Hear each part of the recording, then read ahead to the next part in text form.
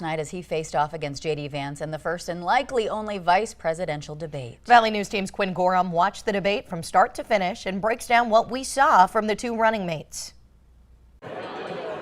We are here right now in St. Paul, Minnesota at the largest debate party in the nation right here at Dual Citizen. St. Paul, a national hub of support for the vice presidential debate on Tuesday night. DFL leaders showed up to support their governor, who assumed the national stage in front of millions of voters. He's going to do a fantastic job. Why?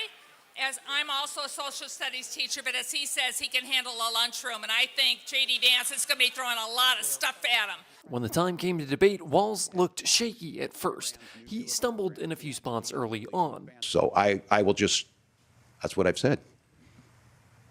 But any nerves that Walz was presenting quickly calmed. By the middle of the debate, there was a lot of substantive discussion on some key campaign issues. Things like abortion, immigration, healthcare, the economy. They were all topics of conversation as the two vice presidential candidates sparred back and forth. Let voters make these decisions. Let the individual states make their abortion policy. And I think that's what makes the most sense in a very big, a very diverse, and let's be honest, sometimes a very, very messy and divided country. Just mind your own business on this. Things worked best when Roe versus Wade was in place. Abortion, just one issue tackled during Walz's time as governor.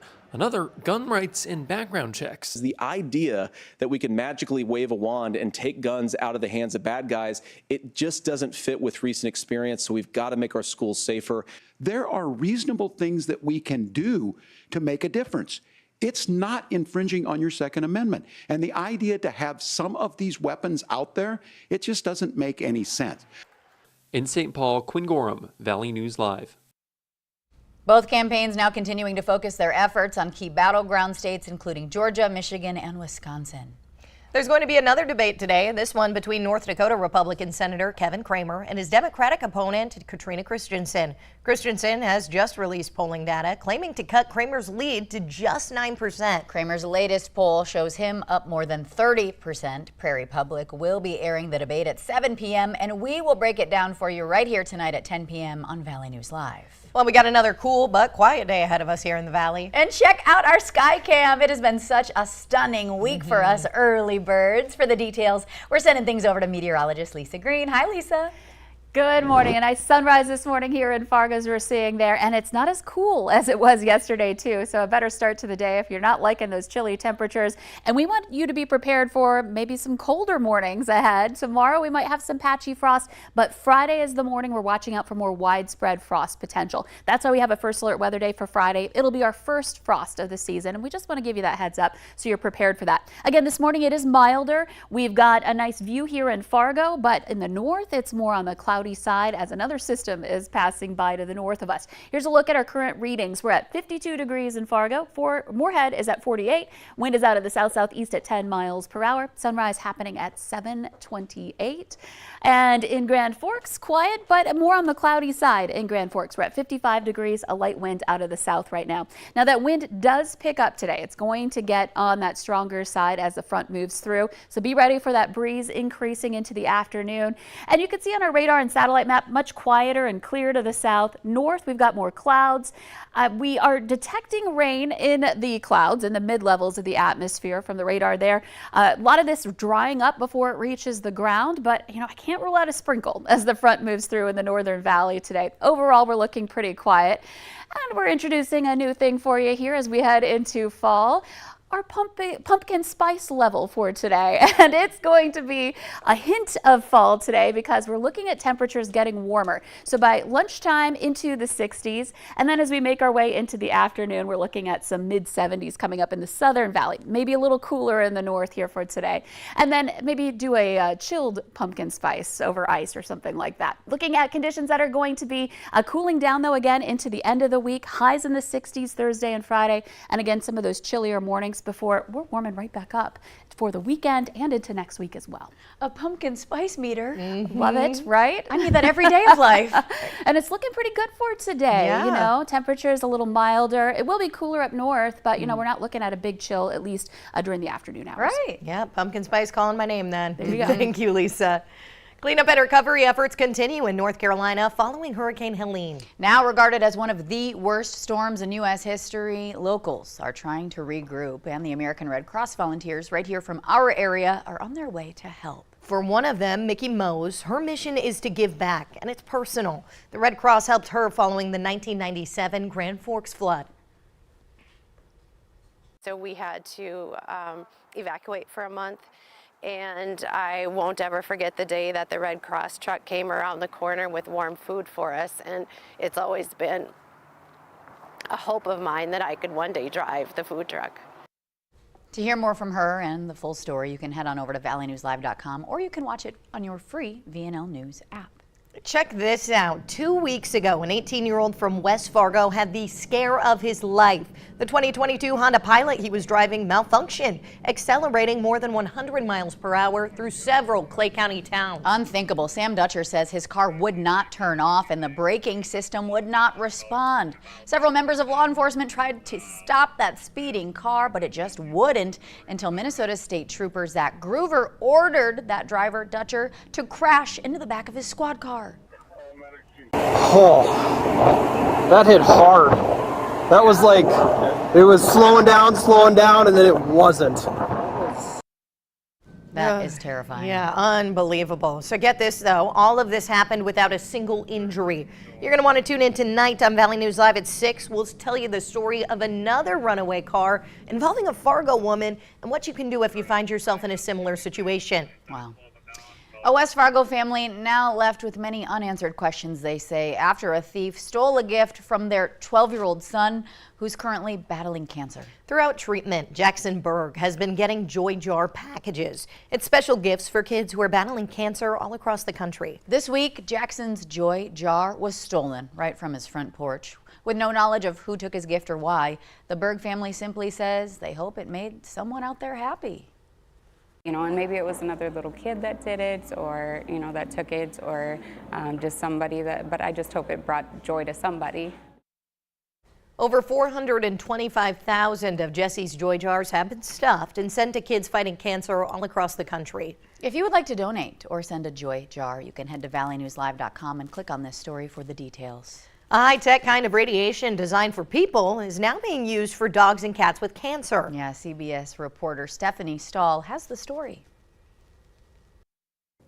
Cleo, an 11-year-old Sheltie, is visiting from Rochester, New York, getting treatments for a cancerous brain tumor that's caused seizures. It was a surprise, obviously. I mean, she's been so active. Cleo is Lily Cagle's best friend. She's at the Blue Pearl Vet Hospital at the recommendation of her New York vet. They said surgery was possible, but based on what it was, it just wasn't the best. Instead, Cleo is having CyberKnife treatments, a pinpointed kind of radiation that's also used on people. Really, the name of the game in radiation is getting that dose of radiation to the tumor, but sparing all the healthy structures around it. Siobhan Haney, a radiation oncologist at Blue Pearl, says she treats dogs and cats from all over the country. This is the only veterinary dedicated CyberKnife in the world. She says before the treatment, the tumor is carefully mapped with an MRI and CT scan. And so you use this imaging to kind of focus the CyberKnife. That's exactly right. Before the procedure, the doctor says Cleo gets some anesthesia and feels nothing during the radiation that kills the cancer cells. There's no knife, no knifing involved. The makers of CyberKnife were trying to draw an analogy between the precision of this type of radiation therapy and the precision with which a surgeon would use their scalpel. Dr. Haney says CyberKnife is a good alternative to surgery because it's non-invasive. It really allows an animal to get back to a good quality of life very quickly. And also with minimal side effects. Lily says Cleo has been a little tired, but you'd never know. She's had 3 cancer treatments as they're now ready to head home. Stephanie Stahl, CBS News. Aw. Yeah, that's incredible. For people who do not have pet insurance, CyberKnife can cost more than $10,000. It all depends on the location of the tumor, though, and how many treatments are involved. Well, an ice cream staple in Moorhead closing its doors and is back up for sale once again. We're talking about the Moorhead Freeze. It's got signs up saying they're closed, at least for now, and the Shack is up for sale. The Freeze is currently located at 410 19th Street South. It's listed for sale at $195,000. Spooky season coming up. Bonanzaville once again hosting paranormal investigation tours this October. Yeah, listen to this. EMF detectors, infrared temperature readers, and spirit boxes are provided for each tour group on those guided sessions. Yeah, they give you all the gear there. Many people claim to have witnessed paranormal activity throughout the Pioneer Village. Some have even caught things on camera. Executive Director Beth Jansen sharing stories of some spooky eyewitness accounts. The stories are very interesting. We had two staff had to come in late one night to close after an event, and they were in the Houston mansion, and they could hear children playing right outside the Houston mansion. And one staff said to the other, yeah, we've got kids in the village, and they both ran out to the grass, and it was 10 o'clock at night, and obviously there was no children in the village. Yeah, that's a no for me. Yikes! Tours are Friday and Saturday nights all throughout the month of October. Scary. Tickets are available for purchase at bonanzaville.org. Well, October is Breast Cancer Awareness Month, and the Detroit Lakes Police Department is doing their part to raise awareness. Yeah, for the month of October, officers are encouraged to wear a vibrant pink patch on their uniform. They say they hope the patch is intended to start conversations and to raise awareness all about supporting breast cancer. Yeah, look at those. Those are awesome. Yesterday, the department started selling pink patches to the public for only $10. All proceeds will go directly to breast health at Essential Health Detroit Lakes. Thank you all so much for waking up here with us on the Valley today. We'll see you tomorrow.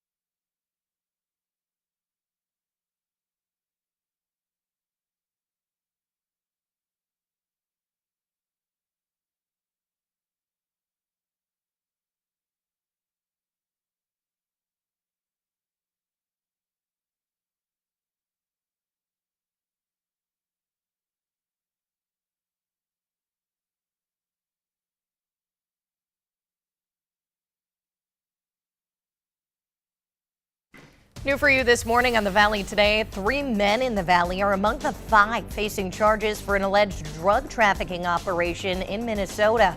What authorities are saying coming up. And the man arrested after an hours-long standoff with Fargo police is expected in court today. I'll tell you all about that also coming up. And First Alert Storm Team's Jonathan Polmatier has your forecast. It is Wednesday, October 2nd. The Valley today starts right now. This is the Valley Today on Fargo CW. Good morning, and thank you for waking up with us here on the Valley today. My name is Alex Larson. Well, we got still keeping those warmer temperatures around seasonably. For more on that, let's send things straight over to Jonathan Polmatier for your forecast. Good morning, Jonathan. Good morning, Alex. Yeah, it's been a very nice stretch of weather, and this morning we're actually improving a little bit. Those temperatures have gone up a bit since yesterday. Gets that a little bit more in just a minute, but right now Skycam looking beautiful. We got about 20 more minutes to sunrise. We can see those colors just starting to light up the sky this morning. Take a look at our current conditions. We have 50s for most of us this morning. Fargo sitting right around 50 degrees. Grand Forks sitting at 53. Jamestown, we're sitting at right about 44 this morning. Fergus Falls at 48, and we're seeing Bemidji at 54. So most of us sitting in those low 50s to upper 40s. Satellite and radar, we can see some showers up north, Grand Forks and points north. A lot of that struggling to reach the ground this morning, as we do have some dry air between that precip and the surface. So that's actually sampling kind of up in the atmosphere. So again, a lot of us seeing that very scattered shower activity points north, but I don't think that's really a concern for us here in Fargo this morning. Those temperatures, again, widespread upper 50s, mid to low 40s.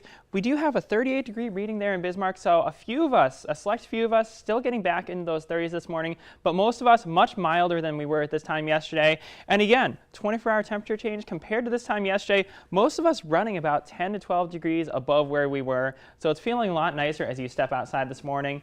And taking a look to your hourly forecast day, again, there's those 50s to start off, seeing some increasing clouds as we go throughout the midday. Temperatures rising in the 70s, and those winds are going to be picking up as well, so it's going to be a little bit breezy out there if you're heading out later today. Yeah, check that out. Heading up to 75 today. Wow. Yeah, much above average, and for those that are enjoying the summer weather, we're sticking with it. Sweet. Thank you so much, Jonathan. 25 pounds of meth, 3 pounds of cocaine, and 2.5 pounds of heroin led to federal charges for a group of Minnesota men.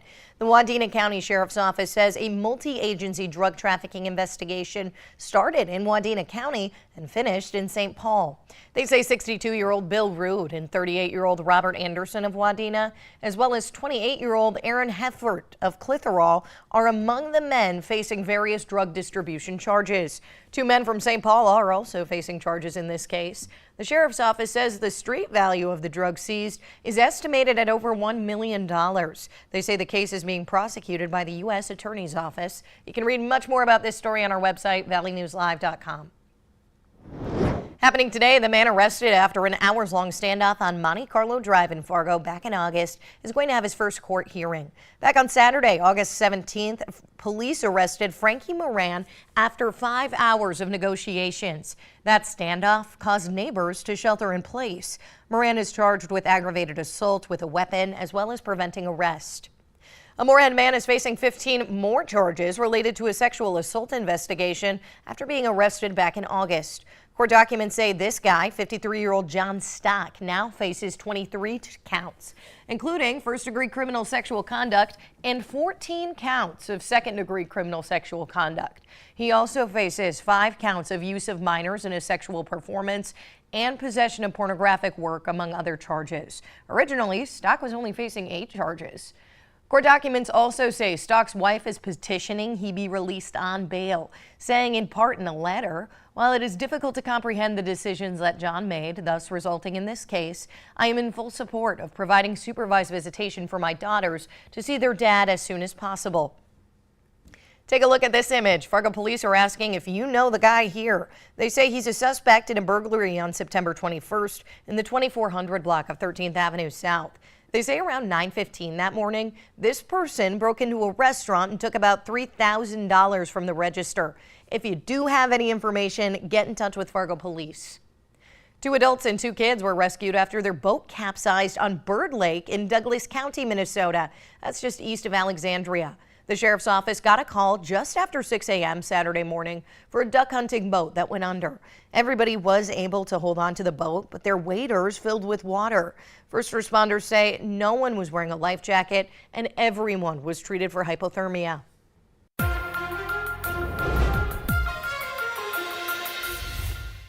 Minnesota's Governor Tim Walz in the national spotlight last night as he faced off against J.D. Vance in the first and likely only vice presidential debate. Valley News Team's Quinn Gorham watched the debate from start to finish and breaks down what we saw from the 2 running mates. We are here right now in St. Paul, Minnesota at the largest debate party in the nation right here at Dual Citizen.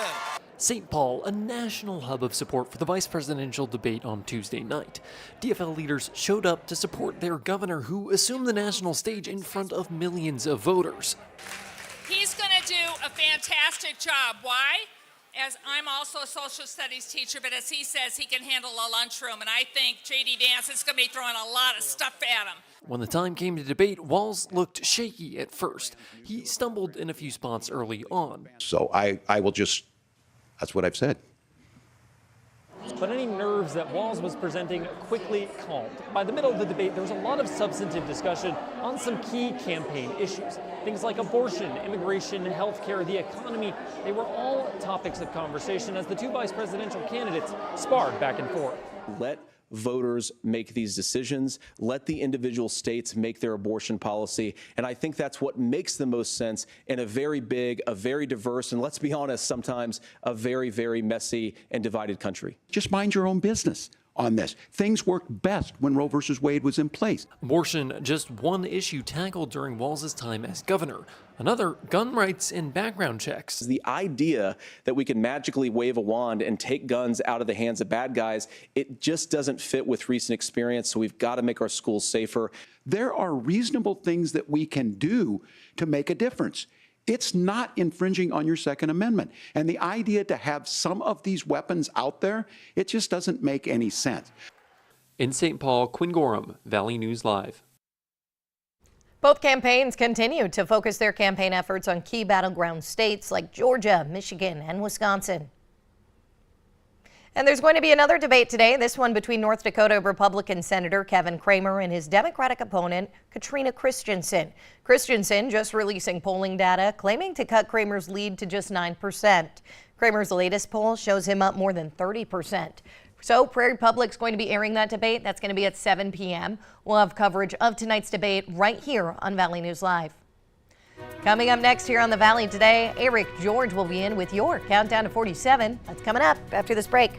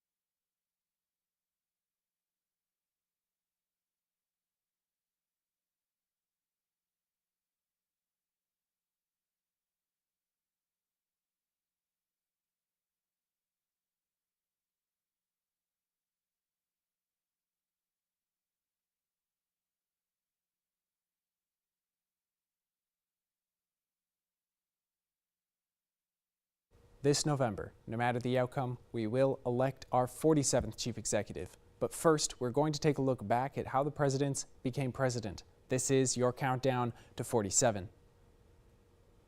Proceeding to the front porch campaigner, Benjamin Harrison. Prior to becoming the 23rd president, the grandson of the 9th president practiced law in Indianapolis. In 1856, Harrison joined the Republican Party. From there, Harrison was elected Indianapolis City Attorney, became Secretary of Indiana's Republican State Central Committee, and was elected reporter of the Indiana Supreme Court. In 1861, the Civil War began, and Harrison helped organize the 70th Regiment of the Indiana Infantry and received the rank of second lieutenant, but he quickly rose to the rank of colonel. Colonel Harrison rose to prominence during the Georgia campaign in 1864, including at the Battle of Resaca, where his unit pushed back the Confederates, leading to their eventual surrender. In 1865, President Lincoln nominated Colonel Harrison for the honorary rank of Brevet Brigadier General, which he received shortly before his honorable discharge. Following the war, Harrison made 2 unsuccessful attempts to win the governorship of Indiana. He became a U.S. Senator in 1881, where he served 1 term, championing the rights of American Indians, settlers, and Civil War veterans. Upon completion of his term, Harrison ran for president and won the 1888 Republican nomination. Harrison famously conducted most of his campaign from his front porch in Indianapolis, where he delivered speeches to those who would visit him. Incumbent President Cleveland and Benjamin Harrison went head-to-head that November. Cleveland's push to lower tariffs, as well as his stance against pensions for Civil War veterans, damaged his re-election bid. President Cleveland won the popular vote, but Harrison won a substantial electoral victory. Harrison, like his grandfather before him, would become the President of the United States. After his inauguration as the 23rd president, Harrison took a focus on foreign policy. The crowning achievement of his foreign policy was the Pan American Congress in 1889, which strengthened American connections with Latin American nations. Harrison signed the Sherman Antitrust Act in 1890, becoming the first regulation on the nation's monopolies. As chief executive, Harrison also signed the admission of 6 states into the Union, including North Dakota. But the issue of tariffs reared its head once again. Ohio Representative William McKinley proposed a bill that raised tariffs on average goods like sugar by nearly 50%. Harrison pushed against this, but acquiesced to the will of his party. After the signing of the controversial McKinley Tariff Act, Republicans lost popularity as well as many seats in Congress in 1890. President Harrison was renominated by the Republicans in 1892. In the general election, he faced his old rival, former President Grover Cleveland. Just days before the election, President Harrison's wife, Caroline, died of tuberculosis, which evaporated his will to win, and he was defeated by Grover Cleveland. Cleveland went on to become the first and currently only non-consecutive 2-term president. Benjamin Harrison served as President of the United States from 1889 to 1893. I'm Eric George for Valley News Live, and this has been your countdown to 47.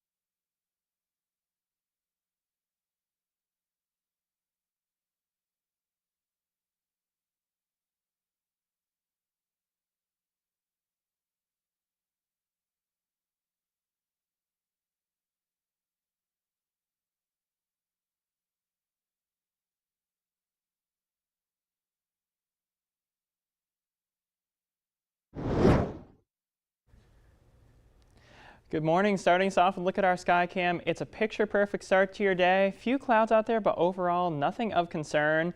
And thanks for joining us here. My name is Jonathan Palmetier with your forecast. Taking a look at your current conditions, we can see 50 degrees here in Fargo. Those winds out of the south-southeast about 9 miles per hour. So overall, much lighter than we've seen over the past few days. Much more comfortable temperatures out there as well. So overall, a very solid start to your day. And as we continue on, we're just going to be taking a look at your forecast coming up ahead over the next few days. Again, it's going to be above average as we continue on, but it shouldn't be too terrible in terms of those temperatures as we continue like your forecast. But those currents right now, 50 degrees to start us off here in Fargo. We're looking at 53 degrees in Grand Forks. Most of us sitting in those 50s.